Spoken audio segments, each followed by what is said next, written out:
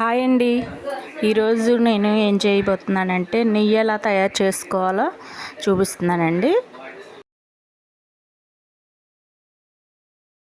పాలలోని మేగడ ఉంటుంది కదండి, పైదంతా తీసి మనం ఒక బాక్స్లో పెట్టుకొని స్టోర్ చేసుకోవాలండి ఫ్రిడ్జ్లో.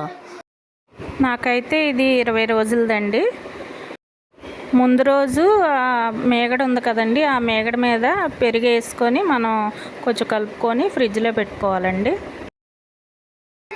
మరుసటి రోజు తీసి దాన్ని మిక్సీ జార్లోకి వేసుకోవాలండి. ఇలాగా గడ్డలాగా ఉంటుంది కదా, అదంతా తీసి మిక్సీ జార్లోకి వేసుకోవాలండి.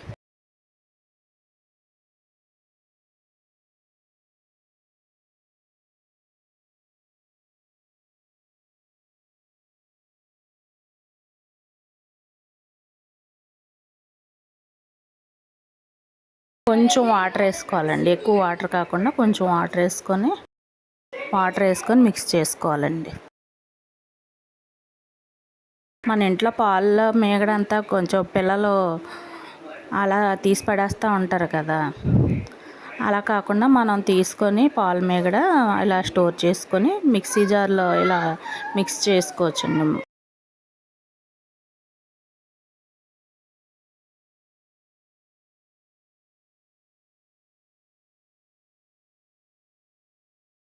ఇలా మిక్స్ చేసుకున్న తర్వాత ఇలా గడ్డలాగా పైకి వచ్చి వాటర్ అవుతుందండి.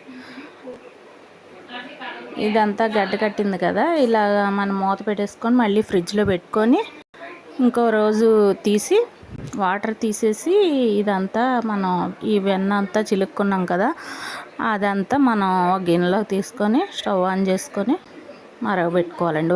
ఒక 15 మినిట్స్ 20 మినిట్స్ మరగబెట్టుకొని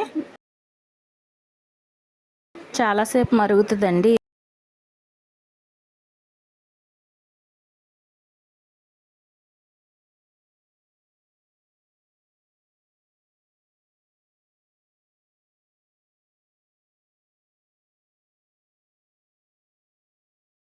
లో ఫ్లేమ్లోనే మరగబెట్టాలండి. హై ఫ్లేమ్లో పెడితే మాడిపోద్ది కదా, అందుకని లో ఫ్లేమ్లో పెట్టుకొని మరగబెట్టుకోవాలండి. ఆ వెన్నంతా కరగాలండి, కరిగాక ఇలాగ అవుతుంది, ఇలా వాటర్ లాగా అవుతుంది అన్నమాట.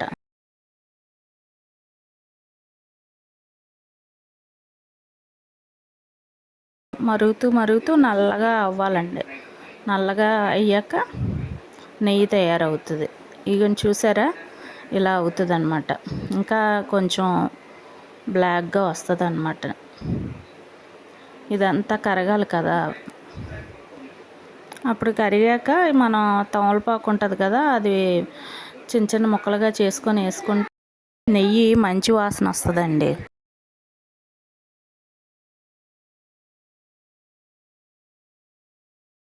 నెయ్యి అన్నిట్లోకి వాడుకుంటాం కదా మనం, పరమాన్నంలో కానీ స్వీట్స్ కానీ. మనం బయట తెచ్చుకునే కంటే మనం ఇంట్లో చేసుకుంటే బాగుంటుందండి. అందుకని మీకు నెయ్యి తయారు చేయడం చూపిస్తున్నాను. ఇలా తయారవుతుందండి నెయ్యి. అది కొంచెం చల్లారాలండి. ఆ చల్లారిన తర్వాత టీ వడకట్టుకునేది ఉంటుంది కదా, ఆ జల్లెడలో మనం వడకట్టుకోవాలండి. ఆ మాడిందంతా వడకట్టేసుకుంటే నెయ్యి కిందకి తీగుతుంది అన్నమాట. ఒక స్టీల్ బాక్స్లోనే వేసుకొని స్టోర్ చేసుకోవచ్చు మనం నెయ్యి. మీరు కూడా మీ ఇంట్లో ఇలా నెయ్యి రెడీ చేసుకోండి. లైక్ చేయండి, షేర్ చేయండి, సబ్స్క్రైబ్ చేయండి.